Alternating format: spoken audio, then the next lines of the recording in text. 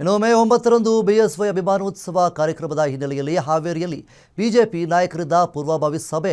ಈ ಒಂದು ಸಭೆಯಲ್ಲಿ ಮಾಜಿ ಸಿಎಂ ಬೊಮ್ಮಾಯಿ ಮತ್ತು ಬಿವೈ ರಾಘವೇಂದ್ರ ಭಾಗಿಯಾಗಿದ್ದರು. ಬಿಜೆಪಿ ನಾಯಕರನ್ನು ಅದ್ದೂರಿಯಾಗಿ ಬರಮಾಡಿಕೊಂಡಿದ್ದಾರೆ. ಈ ಒಂದು ಕಾರ್ಯಕರ್ತರು ಅಭಿಮಾನಿಗಳ ಕಾರುಗಳಿಗೆ ಅಭಿಮಾನೋತ್ಸವ ಸ್ಟಿಕ್ಕರ್ ಅಂಟಿಸಿ ಚಾಲನೆ ನೀಡಿದ್ದಾರೆ.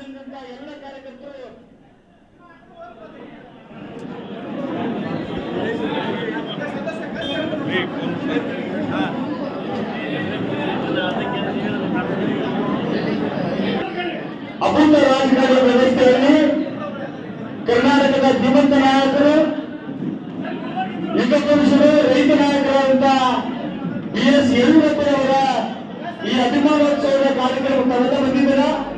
ಅಭಿಮಾನ ಪೂರ್ವಕವಾಗಿ ತಾವೆಲ್ಲರೂ ಕುತ್ಕೊಳ್ಬೇಕಂತ ಕೇಳ್ಕೊಳ್ತಾ ಇದ್ದಾರೆ. ಎಲ್ಲ ಕಾರ್ಯಕರ್ತರು ಒಳಗಡೆ ಬರಬೇಕು, ಎಲ್ಲ ಹಿರಿಯರಾಗಲಿ ಒಳಗಡೆ ಬರಬೇಕು ದಯವಿಟ್ಟು.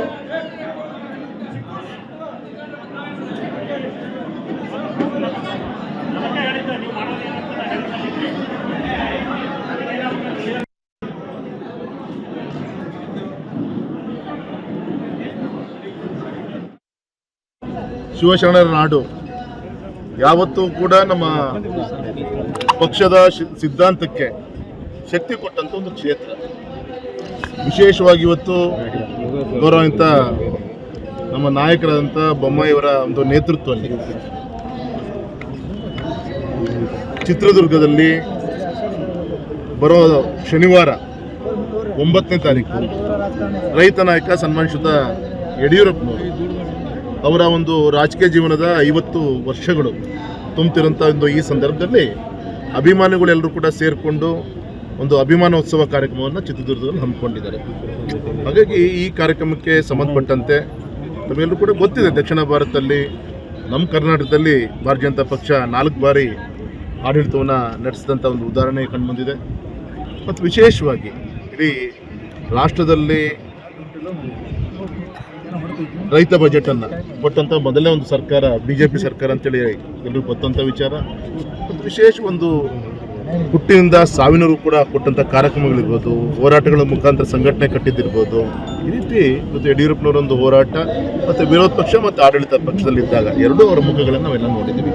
ಹಾಗಾಗಿ ಮುಂದಿನ ಒಂದು ಯುವಕರಿಗೆ ಪ್ರೇರಣೆ ಕೂಡ ಆಗುತ್ತೆ. ಸೊ ಅವರ ಒಂದು ಈ ರೀತಿಯ ಒಂದು ಕಾರ್ಯಕ್ರಮ ಮಾಡುವ ಮುಖಾಂತರ ನಮ್ಮ ಸಂಘಟನೆ ಶಕ್ತಿ ತುಂಬಂಥ ಕಾರ್ಯ ಕೂಡ ಮಾಡೋಣ ಅಂತೇಳಿ ಇವತ್ತು ಸಂಘಟನೆ ಎಲ್ಲ ಹಿರಿಯರು ತೀರ್ಮಾನ ತೆಗೆದುಕೊಂಡಿದ್ದಾರೆ. ಅದಕ್ಕೋಸ್ಕರ ನಾಳೆ ದುರ್ಗದಲ್ಲಿ ಕಾರ್ಯಕ್ರಮಕ್ಕೆ ಪೂರ್ವಭಾವಿ ಸಭೆಗೋಸ್ಕರ ಇವತ್ತು ಸನ್ಮಾನಿಸಿದ ಬಸವರಾಜ ಬೊಮ್ಮಾಯಿ ಅವರ ನೇತೃತ್ವ, ನಮ್ಮ ಜಿಲ್ಲಾಧ್ಯಕ್ಷರಂತ ವಿರೂಪಾಕ್ಷಣ್ಣ, ಸನ್ಮಾನಿಸಿದ ಎಂ ಬಿ ಪಾಟೀಲ್ ಅವರು, ನಮ್ಮ BC ಪಾಟೀಲ್ ಸಾಹೇಬರು ಬಂದಿದ್ದಾರೆ, ಪದಾಧಿಕಾರಿಗಳು ಸೇರ್ತಾ ಇದ್ದಾರೆ. ಕೇಂದ್ರ ನಾಯಕರು ಯಾರ್ಯಾರು ಬರ್ತಾರೆ ಕಾರ್ಯಕ್ರಮಕ್ಕೆ? ಏನು ಪ್ಲಾನ್ ಇದೆಯಾ? ಇವತ್ತಿನ ಗೌರವಾನ್ವಿತ ನಾವು ಹಿಂದಿನ ಸರ್ದಾರ್ ವಲ್ಲಭಾಯ್ ಪಟೇಲ್ ನಾವಂತ ಕರಿತೀವಲ್ಲ ನಾವು, ಆ ರೀತಿಯಂತ ಇವತ್ತಿನ ಒಂದು ಅಷ್ಟೇ ಸಹವಾಸ ಮಾಡಿದಂಥ ಗೃಹ ಸಚಿವರಾದಂಥ ಸನ್ಮಾನಿಸಿದ ಅಮಿತ್ ಶಾ ಅವರು ಇವತ್ತು ಇಷ್ಟೆಲ್ಲ ಒತ್ತಡಗಳ ಮಧ್ಯನೂ ಕೂಡ ಅವರ ಮುಂದಿನ ಒಂದು ದೃಷ್ಟಿ ಕರ್ನಾಟಕ. ಹಾಗಾಗಿ ಈಗ ತಾನೇ 5 ರಾಜ್ಯ ಪಂಚರಾಜ್ಯಗಳ ಚುನಾವಣೆ ವಿಶ್ವಾಸ ಇದೆ. 4 ರಾಜ್ಯದಲ್ಲಿ ಭಾರತೀಯ ಜನತಾ ಪಕ್ಷ ನೇತೃತ್ವ ಸರ್ಕಾರಕ್ಕೆ ಬರುವಂಥ ಶುಭ ಸೂಚನೆಗಳು ನಿನ್ನೆ ಎಕ್ಸಿಟ್ ಪೋಲ್ ನಾವೆಲ್ಲರೂ ಕೂಡ ಕೇಳಿದ್ದೀವಿ.